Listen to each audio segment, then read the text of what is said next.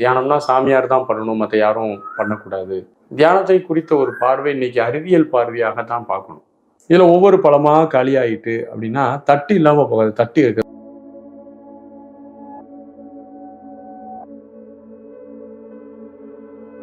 அனைவருக்கும் அன்பான வணக்கங்கள்.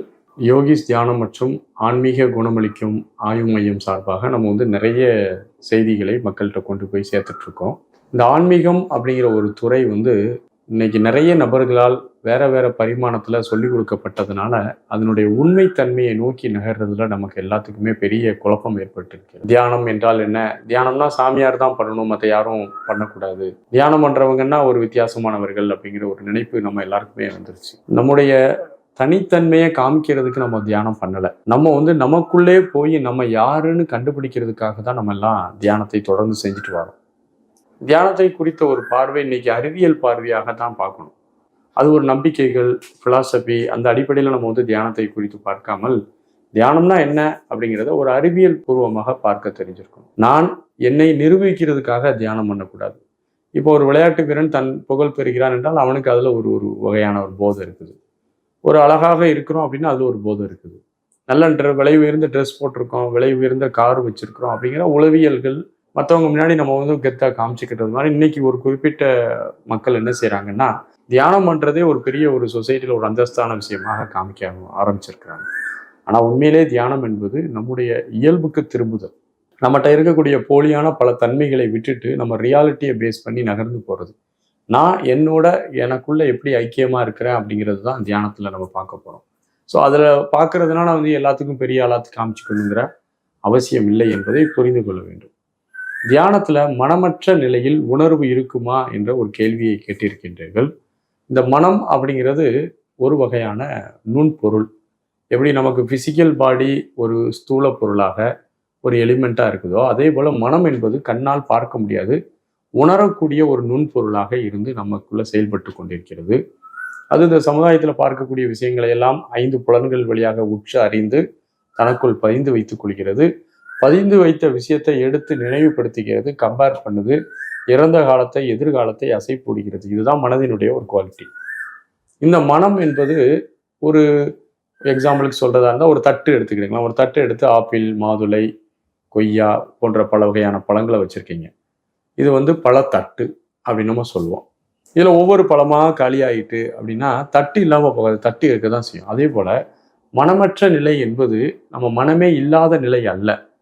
நம்ம சொல்றதுக்கு நம்ம மக்களுக்கு புரிகிறது மாதிரி சொல்றதுக்காக நோ மைண்ட் ஸ்டேட் அப்படின்னு சொல்றோம், மனமற்ற நிலைன்னு சொல்றோம். மனதில் என்ன அலைகள் இல்லாத நிலை. அந்த இடத்துல நமக்கு நிறைய தாட் ப்ராசஸ் நமக்கு இருக்குது பார்த்தீங்கன்னா. அந்த மெடிடேஷன்ல அந்த தாட் ப்ராசஸ் படிப்படியாக குறைந்து தாட் ப்ராசஸ் இல்லாமல் இருக்கும். அந்த மனமானது இருக்க தான் செய்யும், உணர்வோடு இருக்கும். அந்த உணர்வுக்கு பேர் தான் எண்ணங்களே இல்லை, ஆனால் எனக்கு அந்த உணர்வு இருக்க தான் செய்யும். எண்ணங்களே இல்லைங்கிற உணர்வு இருக்கும். இதுதான் தன்னையும் மறவாது ஒன்றும் நினையாத அந்த ஒரு பேரின்ப நிலை என்று சொல்வார்கள். நம்ம தன்னை மறந்து போக மாட்டோம். மனமே இல்லாம போயிடும், மனமற்ற நிலையெல்லாம் ஒண்ணுமே இல்லை அப்படி இல்லை. மனதில் எந்த எண்ணங்களும் எழுச்சி ஆகாத போது நம்முடைய மனம் சலனம் இல்லாமல் அப்படி ஒரு தட்டு போல எல்லாம் காலி ஆயிட்டு அப்படி வேக்கமா இருக்கும்போது அந்த நிலை ஒரு உயர்ந்த நிலையாக நம்முடைய முன்னோர்களால் சுட்டி காட்டப்பட்டது. அந்த எண்ணங்களே அற்ற நிலையில நம்ம மனம் எங்க இருக்குன்னு பார்த்தீங்கன்னா அதெல்லாம் உங்களால கண்டுபிடிக்க முடியாது. ஒரு இடத்துல அது போய் லாக் ஆயிருக்காது. அப்படி எண்ணங்கள் எழுச்சிகளே இல்லாமல் தூய்மையான மனதுல நம்ம என்ன இருக்குன்னு சொல்லி யோசிச்சு பார்த்தா அது எல்லா இடத்திலும் அந்த மனம் பரவி ஏகமாக இருக்கிறது.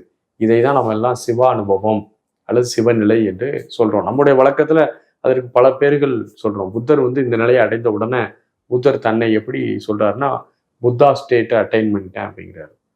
கிருஷ்ணா இதே ஸ்டேட்டை கிருஷ்ணா கான்சியஸ் என்று சொல்கிறார்கள். இப்படி அவரவர்களுக்கு இந்த மனமற்ற நிலைக்கு பல பேர்களை சொல்லிக் கொடுக்கிறார்கள். ஒரு நாமம், ஒரு ரூபம், ஒன்றும் இல்லாததற்கு 1000 திருநாமங்கள் நம்முடைய மனதுல நம்ம மக்கள் கொடுத்த விஷயங்கள் தான். இவ்வளவு பெயர்களும் இவ்வளவு வேறுபாடுகளும். ஆனால் நம்முடைய நிலையானது ஒன்றுதான். அந்த நோ மைண்ட் ஸ்டேட் அப்படிங்கிறது எண்ணங்கள் எழுச்சியாகாத அந்த பேரின்ப நிலை தான் அந்த நிலை. ஆகவே மனமற்ற நிலையிலும் உணர்வு நிலை கண்டிப்பாக இருக்கும். அந்த உணர்விற்கு தன்னுணர்வு என்று பெயர். அந்த தன்னுணர்வில் நாம் லயத்து இருக்கும்போது அந்த தன்னுணர்வு எங்கே இருக்கிறது என்ற ஒரு கேள்வி நமக்குள்ள வரும்போது அது எங்க இருக்குன்னு பார்த்தோம்னா அது எல்லா இடத்திலும் ஏகமாக பரவி இருக்கும்போது அந்த உணர்வுக்கு பர உணர்வு என்று பெயர். ஸோ இந்த தன்னுணர்விலிருந்து பர உணர்வுக்கு பரிமாற்றம் அடைவதை தான் நம்முடைய முன்னோர்கள் தியானத்துல எல்லாருக்குமே சுட்டி காமித்திருக்கிறார்கள். ஆகவே மனமற்ற நிலை என்பது மனம் இல்லாமல் போறதல்ல, மனம் அமைதியாக எழுச்சி இல்லாமல் இருப்பது. வாழ்த்துகள். நன்றி, வணக்கம்.